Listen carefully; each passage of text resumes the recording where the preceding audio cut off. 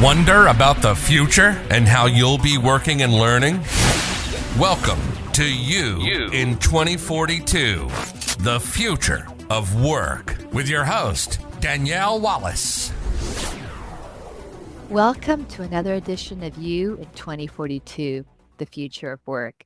Joining me today is Joe Rios. Thank you for having me, Danielle. I am a communication coach. I've been doing this for a long time, working around the world. I specialize in communication across cultures in high tech. So I've been working the last several years with Google, with helping managers learn to communicate better across teams and to fill all the responsibilities that they have as team leads or as higher up, especially in the area of conflict, assertiveness, all of these specialized skills that you need to move up in management. I have my own company called Decode It, and take off from how we learn to decode things. That's so much fun. And within that insight and that look, especially as you're looking at these specialized skills, we've seen just so much change in the world. Even if you look back from 2006 to now, we've seen so much change around the globe. With that in mind, what changes do you think the next 18 years might bring us? I had the great fortune while I've been coaching at Google to be brought onto an AI project there.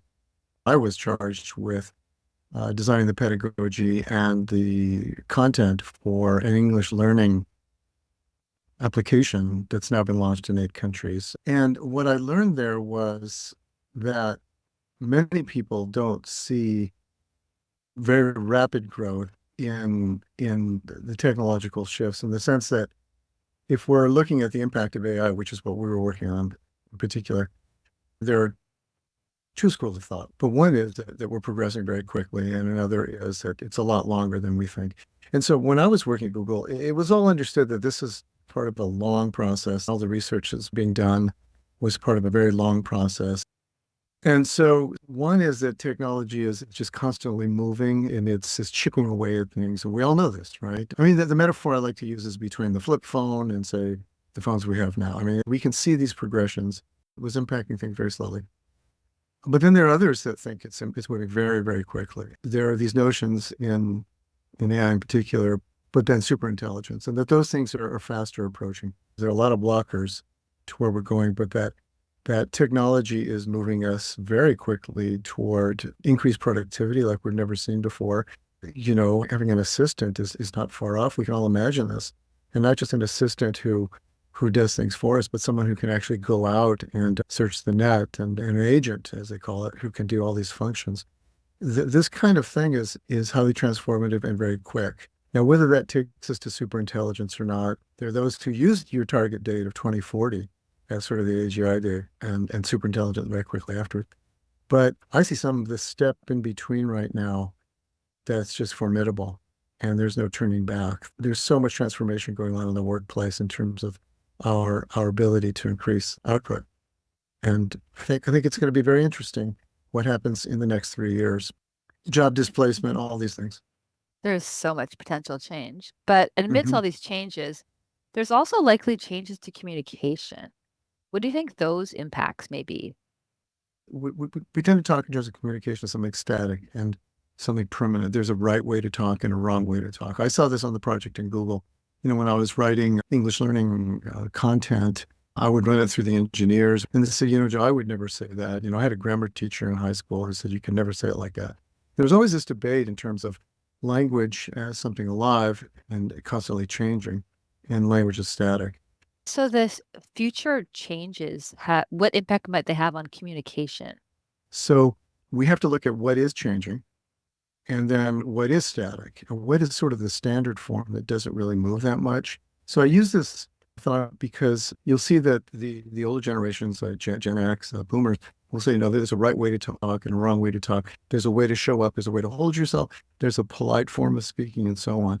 And the younger generations are accused by those older generations, and in the literature, of being less interactional. They don't like one-on-one contact directly.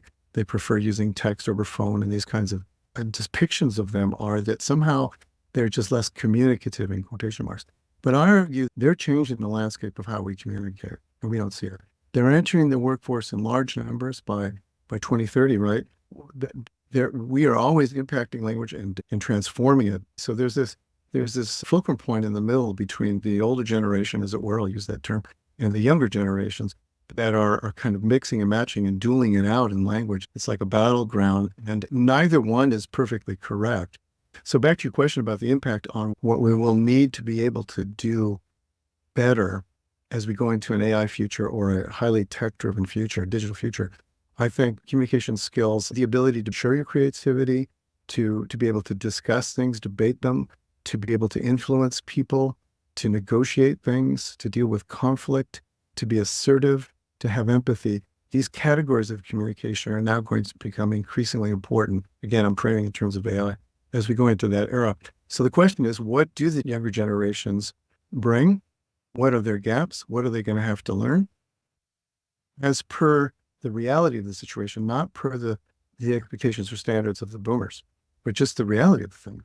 And then conversely, how can the older generations be more the consultants, the coaches? This is the second thing I want to say. My experience at Google as being the older guy in the room with a lot of Gen Z even and millennials, where I had to be careful what I said and overstepping because they didn't like to be told what to do, or they felt that, I was just sort of assuming my role of the adult in the room and having somewhat of a speaking power over them.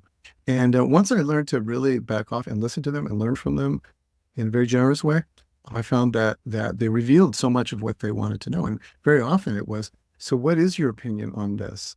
Rather than me telling them all the time. So there's this whole thing of mixed generations learning how to help each other improve their communication through improved communication. That makes sense in the actual iteration of that. And it's fascinating to think about what otherwise we are imposing on other generations as this is the right way to communicate. Not necessarily so, as you mentioned, within this changing landscape.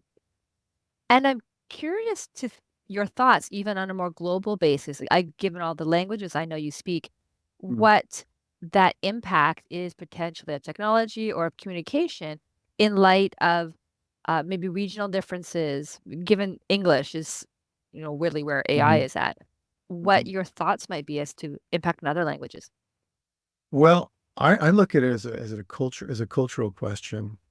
There's a lot of software now that can do emotionally intelligent referencing for an individual or for, a sales department or something. So for example, if you have a strategy you want to launch in another country, what used to be all localization stuff, what we were seeing now is that there's software that will filter what you say or what your strategy is and say, well, wait a minute, no, you don't want to say it that way because in France, because in Japan, they wouldn't do that. So you're getting that kind of intelligence into software where it can really help broker things. But you still need this human in the loop to be able to say, well, wait a minute, that's partially true, but not true there, because there's a lot of nuance in there.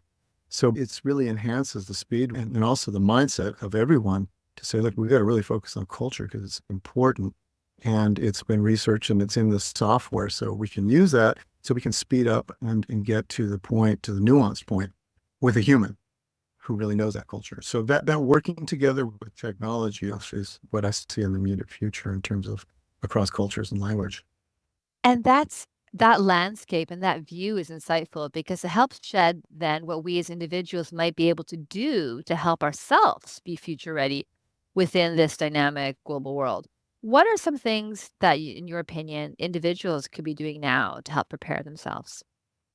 I think seizing any opportunity to talk to someone in as simple as a situation as yesterday, which was Father's Day, walking through the town I live in, and there's a dad there with a baby and saying to him, Happy Father's Day, in the sense that we step out of our phones, we step out of our minds, we step out of our agenda and communicate. That is another definition, a dimension of communication that now it's sort of not there. So as the elder, from a lot of experience in communication, that would be my advice to everyone, because I think we are so inclined to separate ourselves. And I find the cell phone, for example, is an ignorant tool in the sense that it's an ignoring tool. We're able to, when needed and when preferred, it's this tool that allows us to connect when we want, how we want, as opposed to when you don't have your phone, you're kind of forced to deal with people face to face. So what I'm saying is that that phone comes out when people don't necessarily want to talk to you. You see this in the coffee shop or wherever on the street, and it becomes a means of having this tool to avoid the world. And so my advice is to, first of all and foremost, just risk more, to make the effort at least, to get out and go out of your circle, see what happens. I think we're getting very weak at conversation and small talk and these things. And some of it's for good reason, because a lot of it is just formality. But these are all parts of a communicative world that we live in communities. We make those efforts so that we can have stronger communities. But so if we all sort of pull back, then what we get is I think a version that's kind of questionable. I don't know where that future leads if we do that. It's almost as if that future is everybody's together yet isolated. Right. And I see your point about you bring up the phone in an elevator, everybody's immediately on their phone as a way to avoid having to have small talk, or even on plane as a way to avoid taking the risk of having that conversation. I like this challenge that you're putting out to our listeners to be able to take that risk, engage in that small talk, actually have a conversation.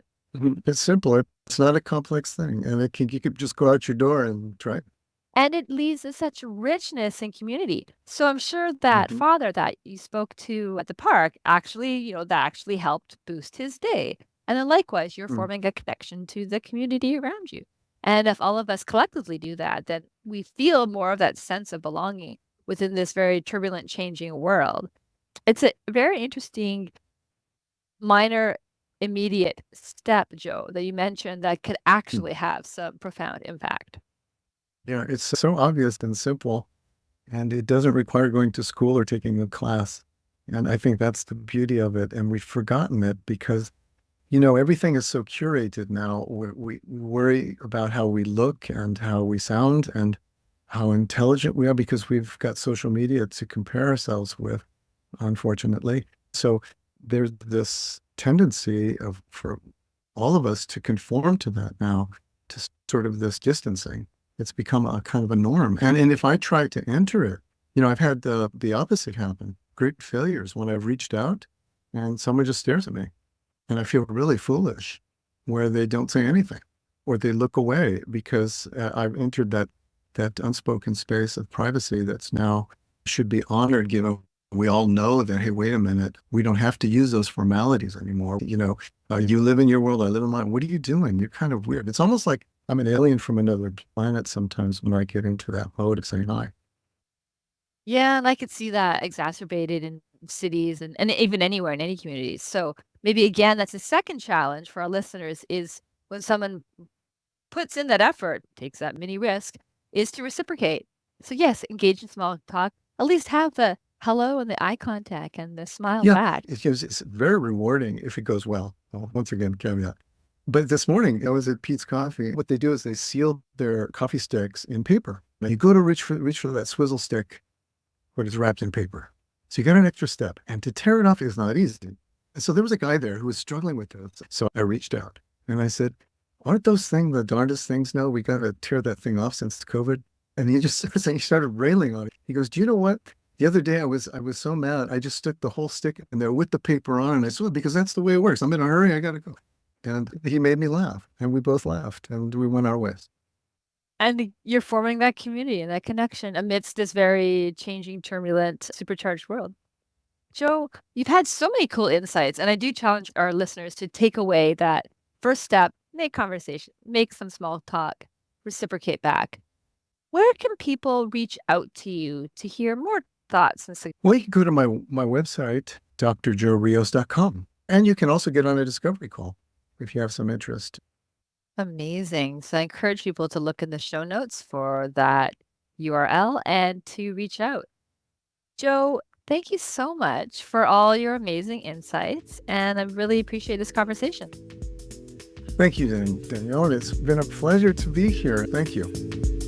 Thank you for being a part of the future. Subscribe now to stay current.